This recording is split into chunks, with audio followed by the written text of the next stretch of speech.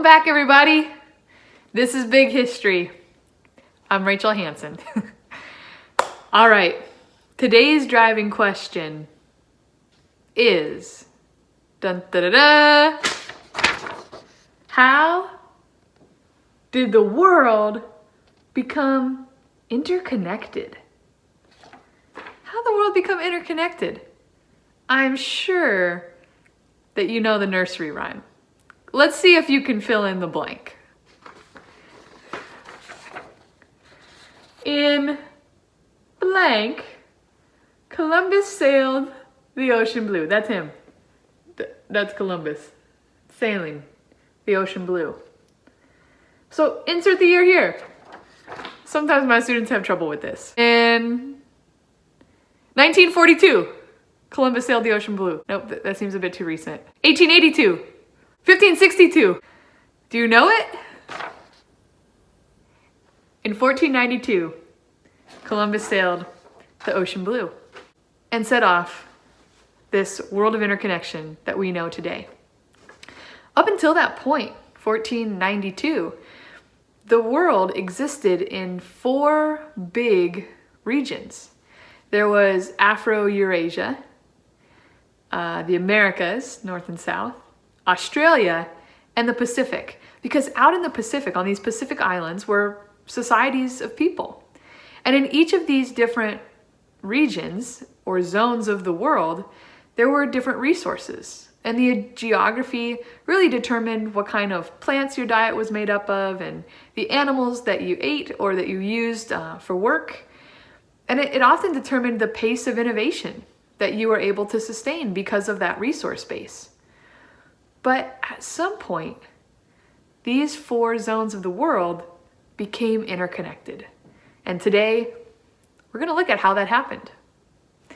Which is exactly why our word of the day is world zones. The world zones. This might be a term that you're unfamiliar with, but the world zone is just referring to a region that geographically it was united, but it also had a stable population base. So, we're talking about Afro-Eurasia, the Americas, Australia, and the Pacific Island societies. Each one had unique resources that allowed them to develop different kinds of innovations at different periods. And ultimately, it determined how that interconnection unfolded. And today, we're really going to investigate that interconnection more closely. You're going to head over to Khan Academy and read an article, The 4 World Zones. And it's really important that as you read, you might want to keep a list. Maybe you'll divide your paper into quadrants, into 4, and just kind of keep track. What were the unique geographic and environmental and human characteristics in each of these 4 world zones? And then you're going to want to keep track of how that interconnection unfolded. Who connected first, where, and why?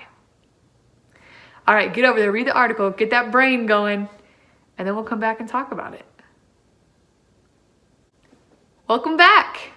What did you learn? Did you keep track of each of those 4 zones? Oftentimes, the nature of their geography and resources determined the kinds of exchanges that happened between them. Now, I want you to think about in your historian's journal for today, how those early interconnections established the world order that we know of today. I mean, if you think about it, some countries are really developed. They have high standards of living, they have very advanced and industrialized economies, and others are less developed socially and economically.